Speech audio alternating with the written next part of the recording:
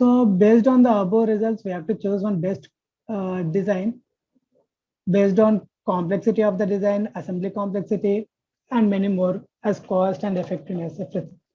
So generally, if you make any product, the product should any part, the part should be manufactured, and the part should be so simple in order to manufacture it easily in lesser time and lesser cost. So the more the complexity increases, the more the assembly time increases, and the more the manufacturing cost will increase, and the part of the cost almost obviously will increase, and the part of the product will increase. Cost of the product will increase. So we have to make sure any engineer in in any industrial company, they will be going through these various designs which they can make it at lesser cost as their priority. So for suppose in design complexity, if we include many number of components, which might include which might increase the cost, and which might increase the complexity, which might increase the compliance. So we have to think of the design in various ways in order to reduce the complexity.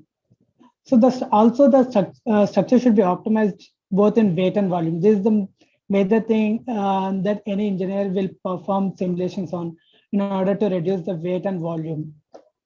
So we have to perform simulations to study the behavior and optimize the structure based on the results observed. So when you perform any FEA, then majorly you will be looking for the factor of safety, and you will be looking for the stresses that are occurring on the shaft or any part. So you'll be looking at the areas where the stresses are concentrated or where the stresses are highly in higher value. So you have to reduce those areas, and you have to optimize the design in such a way that your part will be able to withstand all that loads. So going further, design for like DFM.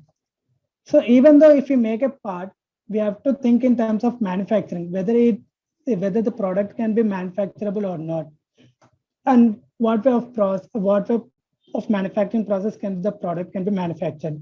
So there are many manufacturing processes that can be used to manufacture any part. So for suppose a part can be manufactured using milling method, or a part can be manufactured using casting process. A part can be manufactured using simple by joining the links.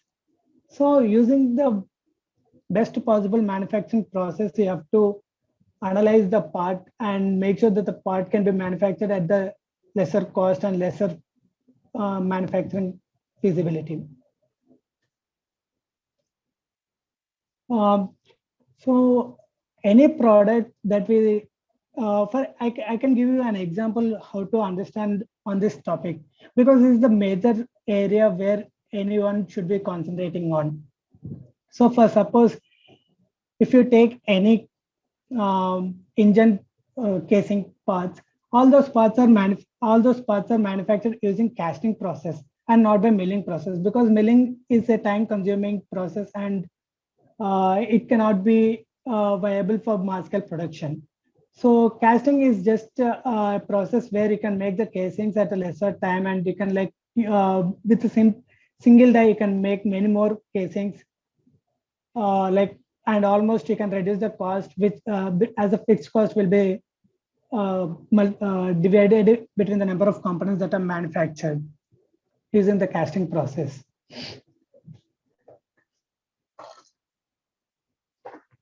Going further, finite element analysis.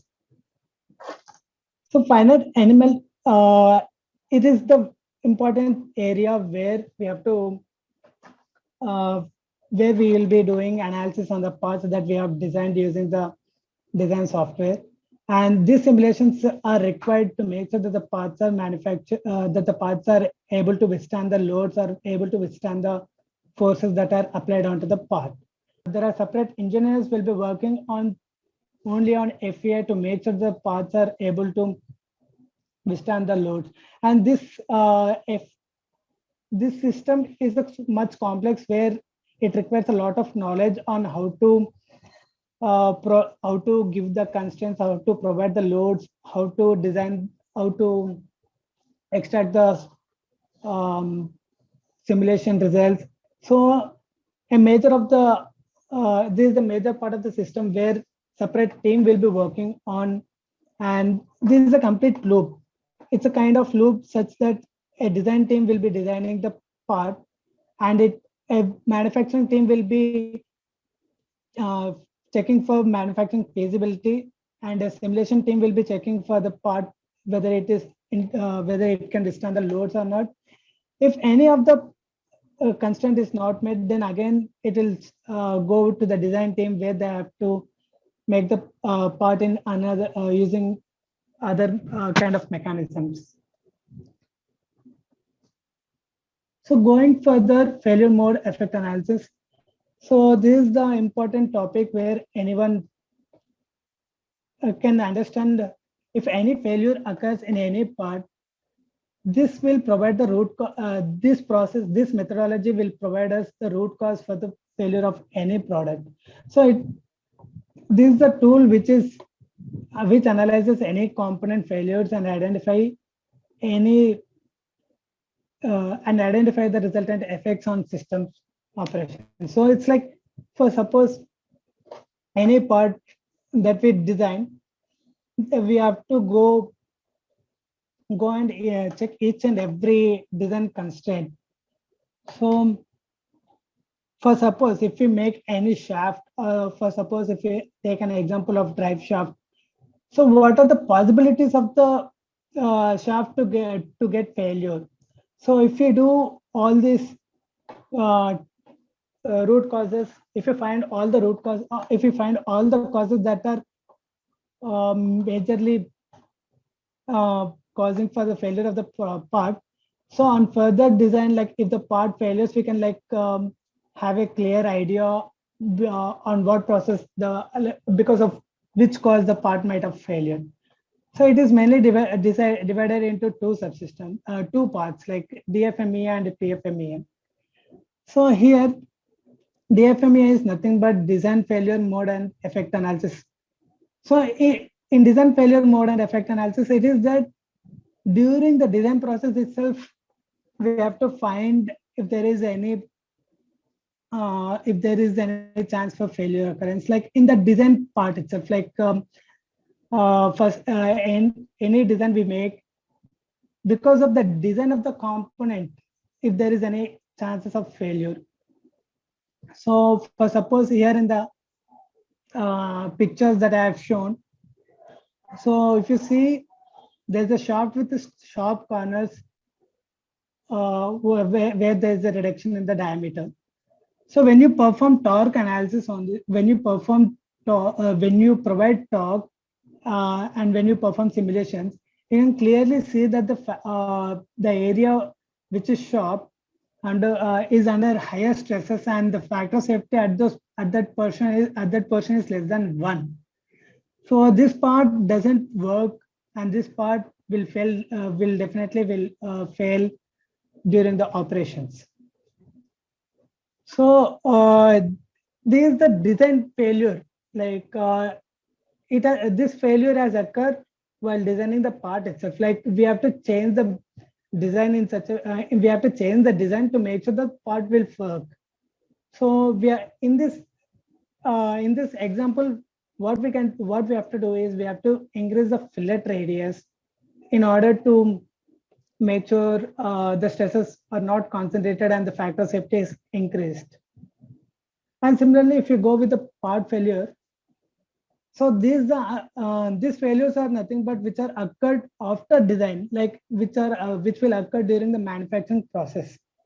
So these failures can be of either manufacturing process, these failures can be of during handling process, and during assembly process, or during running process.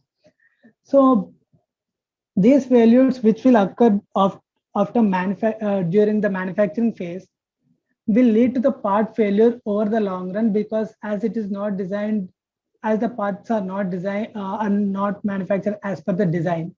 So if you see, there is a part over the on the screen, there's a part with some rough area like which has occurred during the manufacturing of the process.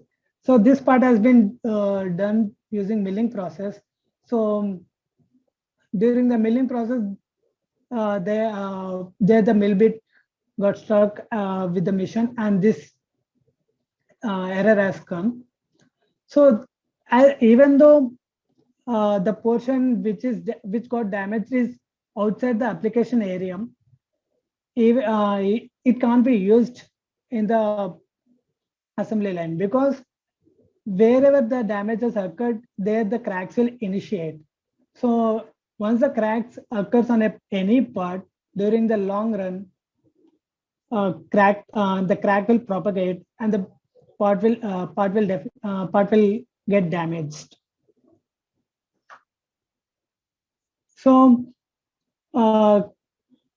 if you have to consider this, if we make any tree using fishbone method for DFMEA and FPFMEA, we can find the root cause for the failures, which we can like solve in the next designs, which we can make the parts which can function as per design.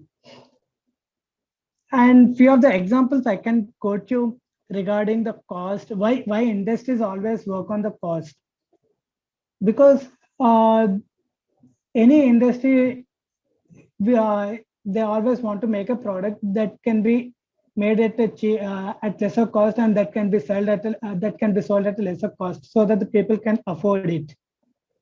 So to make sure that the product can be made at a lesser cost, the complexity of the part should be reduced.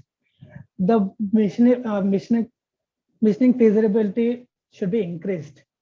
So nothing but we have to consider the general standard manufacturing process that they use in general industrial companies. For suppose most of the companies will use casting method to make most of the body parts, and this will decrease the time of the manufacturing process and will reduce the cost of the manufacturing. So for one more example, I'll give you on when few of the companies work on pure technical by improving the most of the design. For example, if you take Lamborghini as a car, so you can see those Lamborghini cars are manufactured in limited number because those cars are manufactured and used only for sportive purpose, and like those cars can run at a higher range, at higher speeds, and the engineering level and the engineering skills used in designing any component of the parts that are in the Lamborghini car that uses those are of highly complex parts, and those cannot be manufactured using general manufacturing process. So when you see that such complex things that you have to manufacture, obviously the cost of the product part will be increased, and so the cost of the product will be increased, and so they can't make in large number. So that is the reason why the cost of the Lamborghini cars will be very cost. Whereas if you take any other cars like that we use for general passenger purpose, like Tata company or Toyota company or Hyundai, they make cars that any common man can afford to buy for. So if you see the major difference between these two companies, both the companies are striving for better performance of the vehicle, but whereas Lamborghini is concentrating highly on improving the performance of the vehicle towards its peak, but whereas these other companies will be working to make the product to make sure it functions as per the requirements. So any general person wants to use any vehicle or any part that to make sure his work is completed. So for a person who wants to go from one place to other place, like from his home to office, he can go on a normal vehicle rather than on a Lamborghini car. So his work is accomplished using the cars that are available at lower cost. So to make sure that every person can afford these products, the companies mainly concentrate on cost of the manufacturing process. So if you go further, the job roles generally in any industries will have in structural systems or structural design engineer, where his main focus area is to design the components and to work with the design softwares to improve the component, to improve the performance of the component, or to improve the quality of the component. And quality engineer comes uh, after the manufacturing. So he has to check the quality of the part, whether it is okay, whether to go for the final assembly line or not. So as I clearly explained in the previous slide in PFMA, like when the part when any quality engineer observes any part which is like having damaged surface on it, they clearly will reject the part. And quality engineer not alone checks the part, they have certain duty to perform. uh, what exactly goes with the quality engineer is they take a sample from a batch and they test each and every sample in physical test using physical tests. So if all the tests are positive and they can go, if all the tests are clear the requirements, I have met the requirements, then the batch can be used for final assembling process. Similarly with the DFM engineer, so design for manufacturing. So the duty of this DFM engineer is to have a clear knowledge on all the manufacturing process that is available, and to make sure the best feasible and the best manufacturing process is used for manufacturing of any product.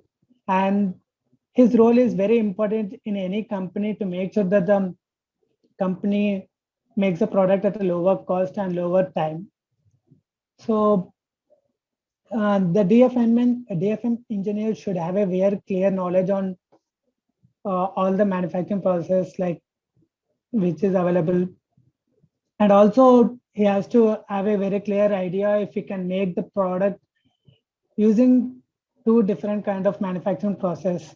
For suppose he can make, you can use two different manufacturing process. For suppose if you make any casings using casting process, post casting there should be some, there will be some manufacturing process using milling, where you have to make the final product.